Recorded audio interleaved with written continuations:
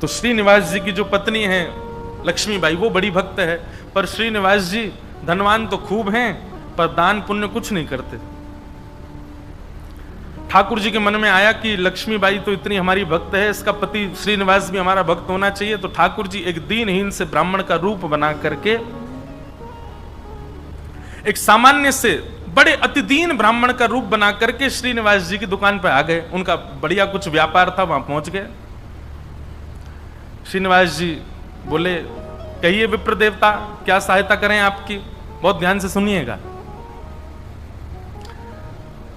भगवान दीन इनसे ब्राह्मण बन के कहे, बोले देखिए आप तो नगर सेठ हैं, आप पर तो इतना धन है, आपका तो इतना बड़ा व्यापार है, मेरे बालक का जनेऊ संस्कार यज्ञोपवीत होना है, मुझ पर ज्यादा धन नहीं है, यदि आप मेरी थोड़ी सी सहायता कर देंगे तो मैं अपने पुत्र का जनेऊ संस्कार कर दूंगा।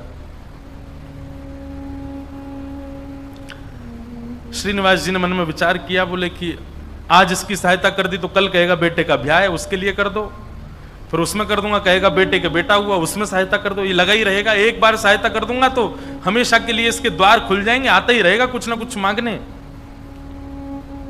तो श्रीनिवास ने कह दिया, आज मैं बहुत व्यस्त हूं, आप कल आ जाना, जैसी आज्ञा। दूसरे दिन फिर से ठाकुर जी आ गए, दीन इनसे ब्राह्मण, बोले आपने आज बुलाया था, आप कुछ सहायता कर दीजिए। अब वो अपना काम वाम इधर उधर करने लगा, दिखाने ऐसे लगा कि बहुत व्यस्त है। श्रीनिवास जी फिर बोले, आप कल आइएगा, मैं आज भी बहुत व्यस्त हूं, मैं कल आपसे मिलूंगा। ठाकुर जी बड़े दीनहीन, बड़े सरल, जैसी आज्ञा, मैं कल आ जाऊंगा। फिर चले गए। तीसरे दिन फिर ठाकुर जी आ गए। श्रीनिवास बोला, ये तो रोज आ जाता है, क्या करूं इसका? श्रीनिवास जी ने बाहर कुछ 2-3 बालक बैठा दिए, बोले जैसे ही ये ब्राह्मण आता देखे मुझे बता देना, मैं कहीं भाग जाऊंगा, मैं मिलूंगा ही नहीं इसको।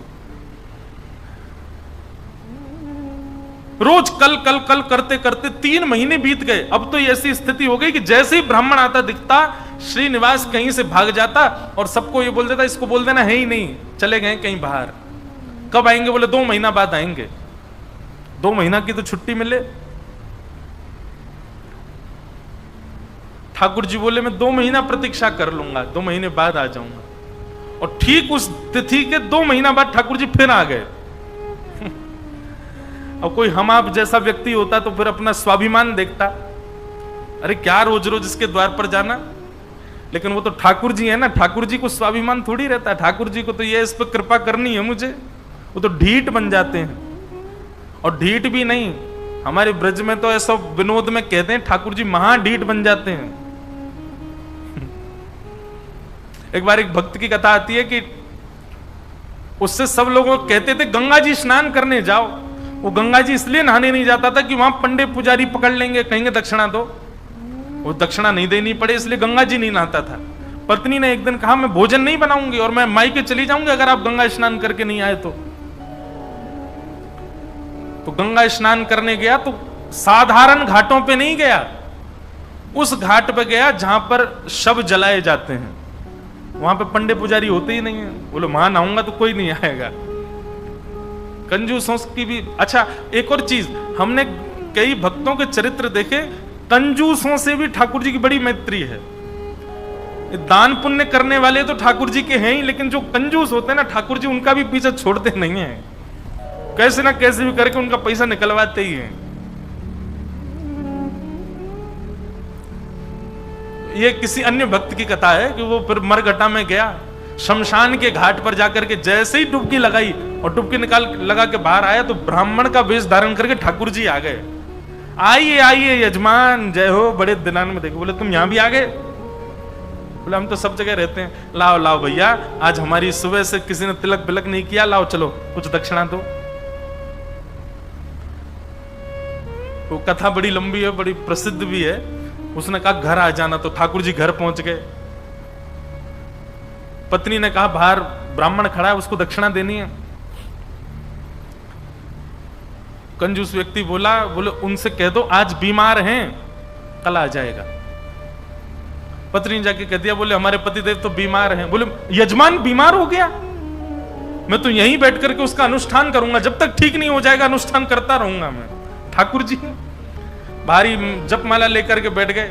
पत्नी ने अंदर जाके बताया, बोलो वो तो बाहर अनुष्ठान कर रहे हैं, तुम ठीक हो जाओ तब जाएंगे। मन में विचार करने लगा, बोले जाएगा नहीं, सुनो बाहर जाके उसको कह दो पतिदेव तो पधार गए, भगवत धाम चले गए।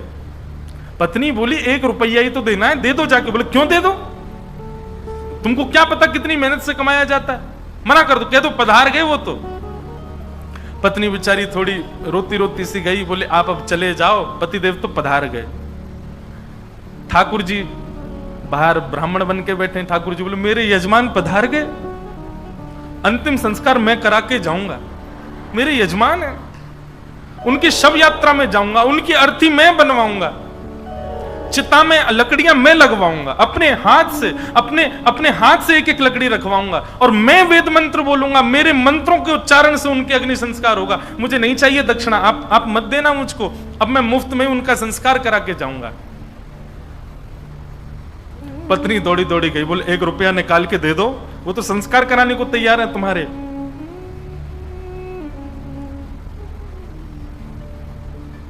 कंजूस बोला सुनो एक काम करो, अर्थी लगाओ तुम, और अर्थी बंधवा करके लेट गया। बोले चुपचाप बस ले चलो, थोड़ी दूर तक चलेगा फिर वो चला ही जाएगा, जब दिख जाएगा ना कि हाँ ये वास्तव में मर गया है तो कुछ नहीं मांगेगा। महाराज अर्थी पर चढ़ गया, राम नाम सत्य बुलवाता हुआ जा रहा है शमशान, लेकिन 1 रुपया नहीं दे रहा है। ठाकुर जी भी चल रहे, बोले तू ढीठ है मैं महा ढीठ हूं, मैं भी लेके ही जाऊंगा। शमशान पहुंच गए, वहां पर चिता बन गई, चिता में शव को रख दिया। उसका छोटा बच्चा वो अपने पिता के पास जाके, पिताजी दे दीजिए ना, वो यहीं खड़ा है, वेद मंत्र बोल रहा है, आपके सारे तो पिंडदान करवा दिए उसने, अब दे दीजिए उसको। बोले तू कुछ मत कर, तू परिक्रमा लगा के चिता में अग्नि लगा, जैसे ही थोड़ी अग्नि प्रज्वलित होगी ये चला जाएगा, मैं उठ के बाहर आ जाऊंगा। बालक ने जैसे ही चिता में अग्नि लगाई, चिता जलने लगी। ठाकुर जी के मन में विचार आया, बोले भैया भगत मैं हारा तू जीता, तू निकल के बाहर आ। तुरंत उसका हाथ पकड़ करके खींचा और ठाकुर जी अपने रूप में प्रकट हो गए। वाह भाई तेरी कंजूसाई पर हम तेरे पर न्यौछावर हो गए, वाह ऐसी कंजूसाई। ऐसे अद्भुत अद्भुत भक्त हुए ठाकुर जी के। तो ऐसे ही थे ये श्रीनिवास। 6 महीना तक ब्राह्मण को लटकाए रखा, लेकिन उसको पैसा नहीं दिया। लेकिन रोज आकर के बैठ जाएं ठाकुर जी, तो बोले मेरे बेटे का यज्ञोपवीत होना है, कुछ दे दीजिए। श्रीनिवास ने कहा इससे बचने का कोई और उपाय ढूंढना पड़ेगा। और उसने क्या किया, खोटे सिक्के जो कहीं नहीं चलते, खोटे सिक्के, पुराने सिक्के जो जिनका कहीं अस्तित्व नहीं है, जिनको कोई लेता तक नहीं है, उनकी 2 थैलियां बना करके, 2 पोटलियां बना करके रखी। और आज जैसे ही भगवान आए तो दोनों पोटलियां उनके हाथ में थमा दी। बोले ये लो पैसा, तुमने मांगा मैंने दिया, अब कल से मत आना यहां पर। ठाकुर जी तो सब जानते हैं, अंतर्यामी। भगवान ने जैसे ही देखा, कहा बोले ये तो खोटे सिक्के हैं, ये तो कहीं चलेंगे ही नहीं, इनका तो कोई प्रयोग ही नहीं होगा। बोले देखो बात हुई थी धन देने की, धन मैंने दे दिया, अब खोटा दूं अच्छा दूं ये मेरे ऊपर है। तुम मंगता हो, मैं दानी हूं, मैं चाहे जो दूं, तुम मना नहीं कर सकते, लेके जाओ इनको। ठाकुर जी बोले कृपा तो इस पर मुझे करनी है, चाहे जो हो जाए। ठाकुर जी चुपचाप श्रीनिवास के घर पहुंच गए। और घर जाकर के उनको पता था कि पत्नी परम भक्ता है। उसके आगे जाकर के ठाकुर जी तो रोने लगे, और रोते रोते बोले 6 महीना से श्रीनिवास जी मुझको रोज बोल देते हैं कल आओ कल आओ कल आओ, और 6 महीना बाद आज मुझको ये फूटी हुई कौड़ियां दे दी हैं, खोटे सिक्के दे दिए, कहीं नहीं चलेंगे, मैं अपने पुत्र का कैसे करूं यज्ञोपवीत संस्कार। वो तो परम भक्ता थी, उसका हृदय तो इतना द्रवित हो गया, इतनी व्याकुल हो गई, क्या करूं, मेरे द्वार पर ब्राह्मण देवता मांगने के लिए आए हैं और 6 महीना से परेशान ब्राह्मण देवता हैं। तुरंत दौड़ करके भीतर गई और अपनी अलमारी के अंदर से उनके पिता ने एक सुंदर नासिका में पहनने वाला एक क्या बोलते हैं उसको, नथनी, वो नथनी उनको दी थी, जिसकी कीमत हजारों लाखों में थी उस समय पर, मतलब कि अगर उसको बेच दिया जाए तो खूब सारा धन लिया जा सकता था, इतनी महंगी। अंदर तिजोरी के अंदर वो छुपा करके रखी थी श्रीनिवास ने ही। तुरंत वो तिजोरी से निकाल करके और अपनी जो नथनी थी ब्राह्मण देवता को प्रदान कर दी। बोले आप इसको ले जाइए और आप अपने पुत्र का बड़े प्रेम से आनंद से यज्ञोपवीत संस्कार करो। ठाकुर जी तो बड़े प्रसन्न हो गए। ठाकुर जी उस नथनी को लेकर के सीधे श्रीनिवास की दुकान पे ही गए और दुकान पे जाके बोले देखो आपने तो खोटे सिक्के दिए, उनसे तो कोई काम बन नहीं रहा, अब मुझे एक दानी ने एक स्वर्ण की सामग्री दी है, आप उसको गिरवी रख करके मुझे 100 सोने की मोहर दे दो। श्रीनिवास बोला दिखाओ क्या दिया है। तो जैसे ही वो नथनी दी, वो नथनी तो देखते ही वो समझ गया ये तो मेरी पत्नी की है। उसने घुमा घुमा करके देखा और उसने मन में आया, बोले पत्नी है भी ऐसी, बड़ी सीधी है, भोली है, भक्त है, ये जरूर घर जा करके रोया होगा और उसने इसको निकाल, लेकिन उसने मुझसे पूछे बिना दे दी। श्रीनिवास ने कहा ठीक है मैं देता हूं, रुको। भीतर गए और अपनी दुकान की तिजोरी में ले जा करके वो नथनी श्रीनिवास ने रख दी और बाहर आकर के कहा अभी मुझ पर मोहर नहीं है, आप कल आइए, कल 100 सोने की मोहर लेकर के जाइएगा मुझसे। भगवान बोले कल दे देंगे ना आप?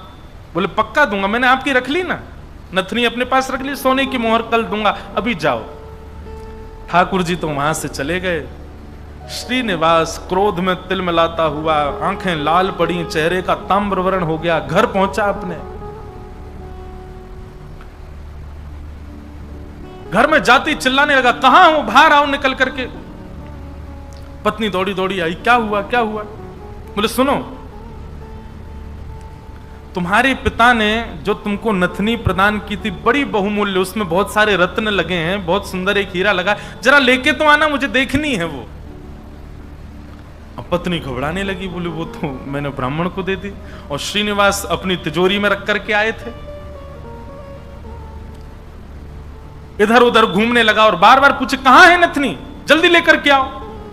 पत्नी घबरावे, थोड़ी देर में बोला यदि तुम लेकर के नहीं आई तो तुमको जीवित गाड़ दूंगा मैं, तुम्हारी मृत्यु कर दूंगा मैं, जल्दी लेकर के आओ, भीतर जाओ। श्रीनिवास का क्रोध देख करके जो लक्ष्मीबाई उनकी पत्नी थी वो कक्ष के भीतर गई, अंदर से किवाड़ लगा करके खूब रुदन करने लगी, स्मरण करने लगी, हे जगतनाथ, हे प्राणनाथ, मैंने अपराध किया है कि मैंने अपने पति से बिना पूछे घर की सामग्री किसी को दे दी, पर वो किसी दरिद्र व्यक्ति को तो नहीं दी, किसी गलत स्थान पर तो नहीं दी। एक ब्राह्मण बेचारा केवल अपने परिवार का पालन करने के लिए कुछ मांग रहा है, 6 महीने से परेशान था, उसको यदि मैंने दी, इसमें भी आपकी सेवा का भाव रखा मैंने, क्योंकि मैंने सुना है कि ब्राह्मण आपके मुख हैं, कोई ब्राह्मणों की सेवा करता है तो वो आपके मुख की सेवा के समान होता है। मुझसे अपराध तो हो गया है नाथ, लेकिन मैंने तो आपकी सेवा के लिए किया है। मेरे प्राण तो आज निकल जाएंगे, पति मुझे मेरे जीवित छोड़ेंगे नहीं, लेकिन मैं उनके हाथों मर करके उन पर दोष लगे ऐसा नहीं करूंगी, मैं स्वयं अपने प्राण त्याग दूंगी। और उन्होंने तभी वहां कक्ष में कुछ ऐसी सामग्री थी, उससे विष लेकर के एक कटोरी में और पीना चाहा और अंत समय में बस एक भावना रखी, हे मेरे ठाकुर जी, केवल आप उस ब्राह्मण को सुरक्षित रखिएगा, उसके परिवार को सुरक्षित रखिएगा, कहीं ये लड़ते झगड़ते उसके ऊपर आक्षेप ना डाल दें, उसके ऊपर कोई कष्ट ना दे दें, उसके बालक का अच्छे से यज्ञोपवीत संस्कार हो जाए, मेरी बस यही प्रार्थना है। मैं प्राण इसलिए नहीं त्याग रही हूं कि मेरे साथ कुछ गलत हुआ, कुछ अन्याय हुआ, मैं प्राण इसलिए त्याग रही हूं नाथ कि कहीं मेरे पति के ऊपर कोई आक्षेप ना लगा दे, और आप नाथ कृपा करना, मेरे तो प्राण निकल जाएंगे पर मेरे जीवन की शेष भक्ति जो है वो मेरे पति के जीवन में आ जाए। ऐसा कहते ही जैसे ही विष मुख के पास लेकर के पान करने लगी लक्ष्मीबाई, तभी एक खनक जैसी हुई, एक आवाज जैसी आई, नेत्र खोल करके देखा तो जो नथनी थी उनकी वही ऊपर से गिरी है उस विष की भरी हुई कटोरी में। नेत्र खोल करके देखा तो ये तो वही नथनी है, ये तो मेरी ही नथनी है, ये यहां कैसे आ गई? ठाकुर जी को बार बार धन्यवाद कहने लगी। निश्चित ही श्री ठाकुर जी ने कृपा करके ये मुझे प्रदान कर दी। तुरंत उस पात्र को दूर रख करके नथनी हाथ में लेकर के, भगवान पर विश्वास तो उनका था ही, प्रसन्न मुद्रा में द्वार खोल करके बाहर आई और बाहर आकर के श्रीनिवास जी को दिखा दी, लीजिए ये लो नथनी। अब यहां श्रीनिवास का दिमाग घूम गया। बोले नथनी तो मैं अपनी तिजोरी में रख करके आया हूं, ये अंदर से कैसे निकाल के लिए? उसने नथनी पकड़ी, बोले ये तुम्हारी है ना? बोले हाँ मेरी है, देखिए ना वही हीरा है, वही रत्न है, वही स्वर्ण है। श्रीनिवास बोला हाँ है तो वही। वो कुछ नहीं, बात ही नहीं करी, नथनी लेकर के सीधा अपनी दुकान पर गया और दुकान पर जाकर के तिजोरी जो कि यथावत जैसी ताला आदि लगा के गया, जनेऊ में चाबी फंसा रखी थी, चाबी निकाल करके जैसे ही तिजोरी खोली और तिजोरी खोल करके भीतर देखा तो जिस तिजोरी में नथनी रखी थी वो वहां थी ही नहीं। श्रीनिवास तो व्याकुल हो गया, बोले ये कैसे संभव हो सकता है? वो तो घर गया, घर जाकर के पत्नी से कहने लगा, बोले मुझे सब सत्य बताओ, मुझे पता है कि ये नथनी अंदर नहीं थी, लेकिन मुझे सत्य जानना है कि ये अंदर आई कैसे। मैं तुम्हारे हाथ जोड़ता हूं, मुझे सत्य बताना। तब पत्नी ने सारा वृत्तांत बताया। बोले एक ब्राह्मण 6 महीने से आपकी दुकान के चक्कर लगा रहे थे, आपने उनको कुछ नहीं दिया, वही मेरे पास आए तो मुझे कुछ नहीं मिला तो मैंने वो नथ उनको प्रदान कर दी,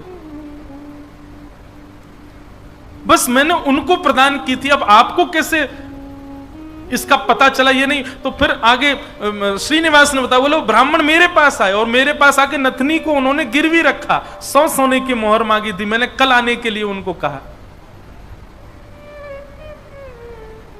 मैंने तिजोरी में रखी, लेकिन तुम्हारे पास कैसे आई अंदर?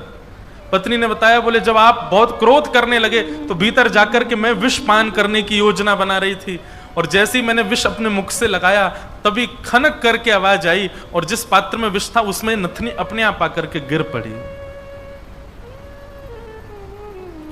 ये बात सुनते ही श्रीनिवास रुदन करने लगे, रोने लगे और रुदन करते करते उनको वो बार बार ब्राह्मण की छवि दिखाई देने लगी और बार बार उसकी छवि में ठाकुर जी का रूप दिखने लगा।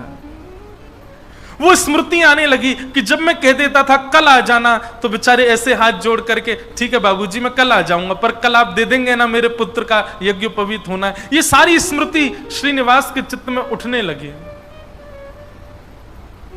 और ये विश्वास प्रगाढ़ हो गया कि ये सामान्य ब्राह्मण नहीं थे, साक्षात ठाकुर जी थे और ये ठाकुर जी अनुग्रह करके मुझसे दान कराने के लिए आ रहे थे। अरे दान क्या कराने आ रहे थे, मेरे आगे हाथ जोड़ करके मांगने के लिए आ रहे थे।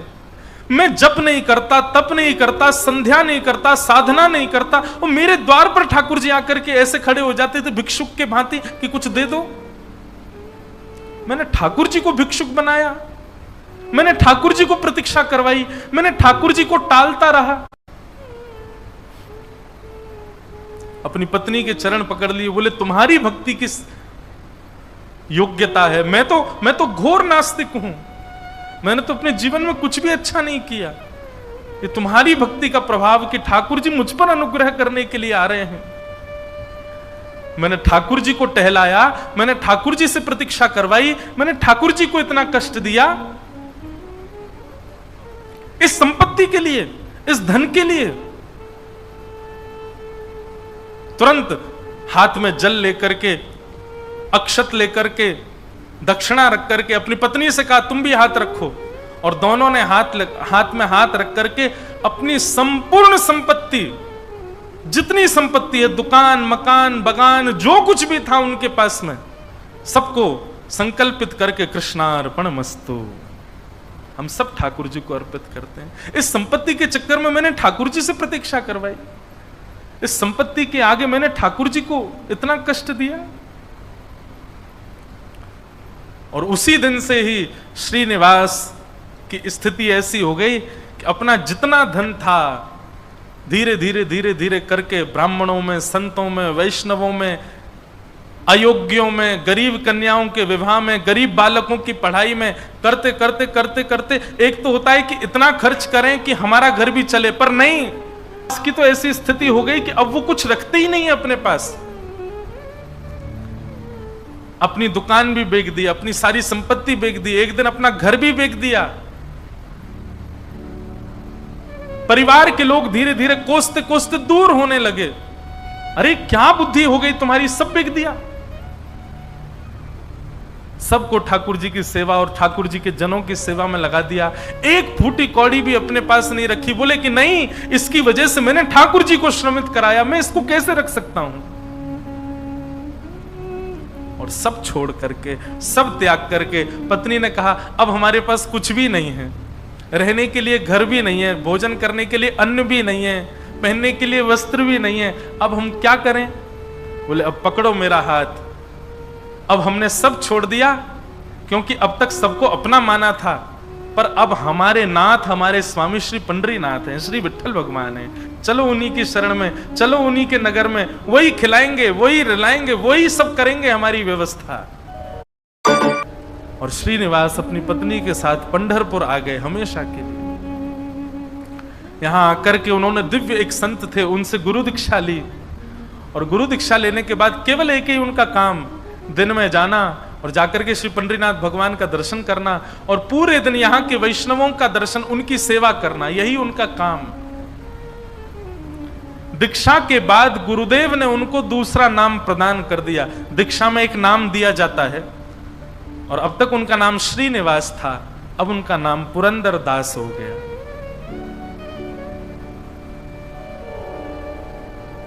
श्री पुरंदर दास चंद्रभागा नदी के तट पर बैठे रहते, दिन भर विठ्ठल विठ्ठल विठ्ठल विठ्ठल विठ्ठल बस चिंतन करते और उस स्वरूप का ध्यान करते जो ब्राह्मण रोज अपने हाथ फैला करके दुकान पर आता था। 4 लोगों को बैठ करके बताते कि मेरी दुकान पर कैसे ठाकुर जी आते थे, और मैं नालायक, मैं दुष्ट प्राणी, मैं रोज उनसे कहता था कल आ जाना, कल आ जाना। अरे मैंने कितना बुरा किया, लोग खड़े करके दिखवाता था, दूर से दिख जाते तो मैं भाग जाता था। मेरे द्वार पर साक्षात जगन्नाथ आते थे और मैं उनके साथ ऐसी लीला करता था, ऐसा कपट करता था। उस कपट का ही दंड दे रहा हूं खुद को। और उसी स्थिति में रहते रहते रहते रहते श्री पुरंदर दास जी एक कवि के रूप में निर्मित हो गए और ठाकुर जी की सुंदर सुंदर रचनाएं लिखने लगे, सुंदर सुंदर पदावली, सुंदर सुंदर भाव। लेकिन पुरंदर दास जी का यह भाव है कि वो अधिकतर रचनाएं कन्नड़ भाषा में ही लिखते थे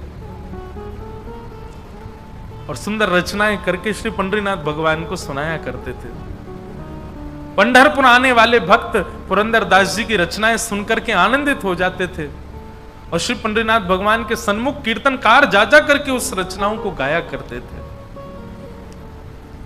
इस प्रकार पुरंदर दास जी अपना जीवन शेष समय एक कवि के भांति भगवान लीला चिंतन करते करते उन्होंने ठाकुर जी के श्री चरणों में अपने प्राणों का परित्याग कर दिया। कहने का अभिप्राय,